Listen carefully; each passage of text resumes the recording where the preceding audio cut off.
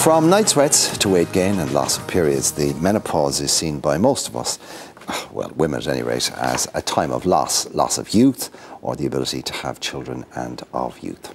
But our next guest believes that a positive attitude is the best way to approach the menopause, and an emphasis on diet and lifestyle can make the transition less painful. We're joined this morning by Dr. Marilyn Glenville, one of the UK's leading nutritionists who specialises in women's health.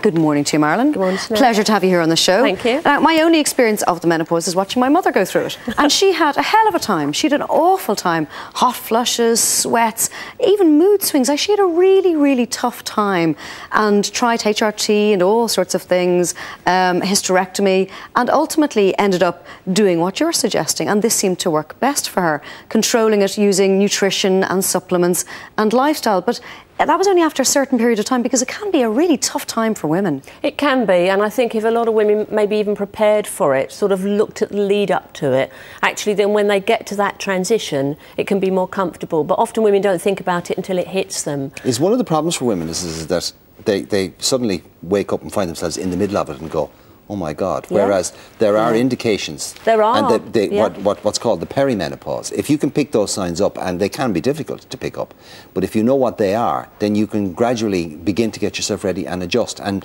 make the transition so much smoother. Yes, because some of the symptoms may start earlier, even around the age of 45, going into sort of a few hot flushes or the periods becoming irregular, maybe getting more mood swings. So there is quite a long lead up, and the earlier we prepare for it, the better.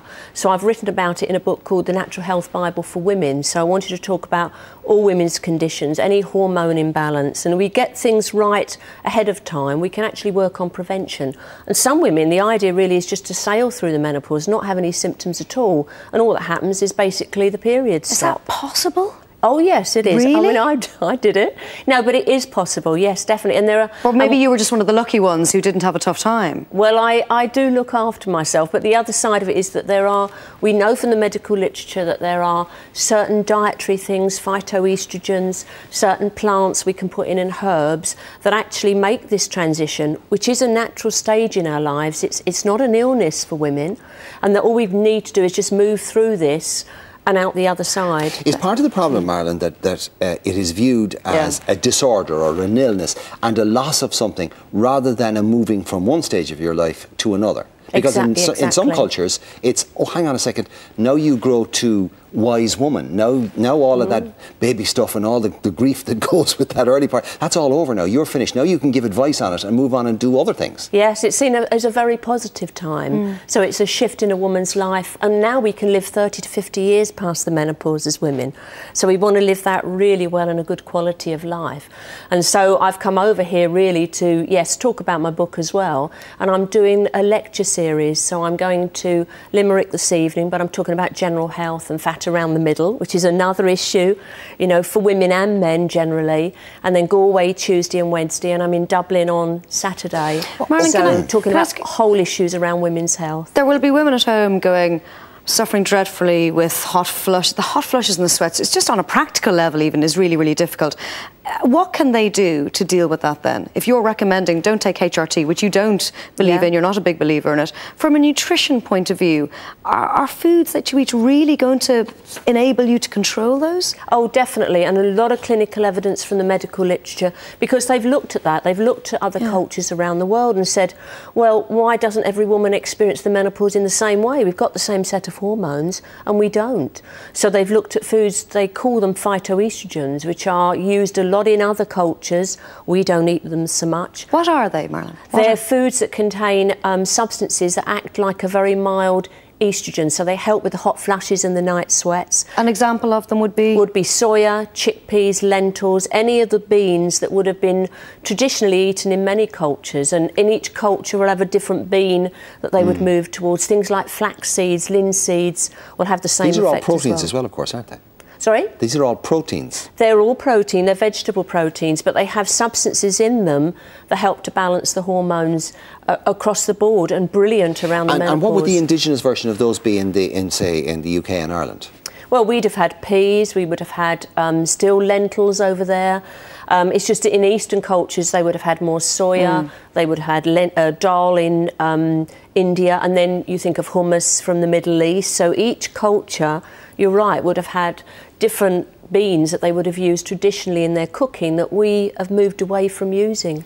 So if you're seeing the symptoms of menopause and you're kind of ticking the boxes and thinking, oh God, so I'm not far away from that, what do you do to prepare for it, to, please God, sail through it, as you said? How can you make that happen? Well, it is looking at eating healthily, and one of the things I do work on a lot with women in general is looking at blood sugar swings and that roller coaster, being up and down during the day, not having enough energy, feeling irritable, mood swings, getting to around 3 or 4 p.m. in the afternoon where they feel that if they don't have a cup of coffee or a bar of chocolate, can't get through to the evening. And also stress makes it worse as well. So all those aspects of the diet and lifestyle I would look at in order to get them really healthy so that they've got their hormones in balance as they go through the menopause. And why don't you believe HRT is a good thing for women going through the menopause to take? Because there'll be lots of women watching on HRT.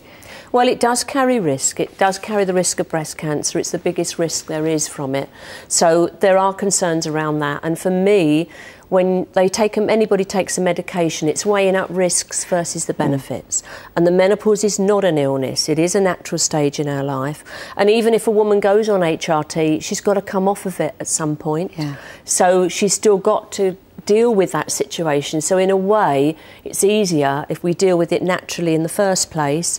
You're not risking any side effects from a drug, and then we can work on keeping healthy. And I also talk about prevention of osteoporosis because that's our biggest risk after the menopause. So all of that comes into play, and it's then how do we get through this change easily and comfortably, and then look after ourselves with a good quality of life for those years afterwards.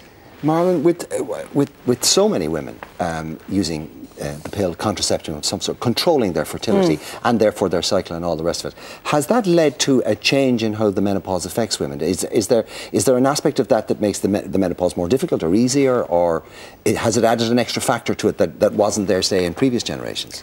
I don't think so, generally. It depends how long the woman may have been on the contraceptive pill. Well, in some cases now you have women who've been on it for maybe 20, 30 years. Yes, and they may actually know what their own cycle is doing, and it would actually be good to have a break before they go into the menopause and not go, straight from using the pill and then coming off of it. At the time then, they wouldn't even know where they stood in terms of what's going on with the menopausal hormones. So it would actually be good to have a break at a certain point anyway, see what's going on with the cycle, and then work on getting themselves really healthy before that transition hits.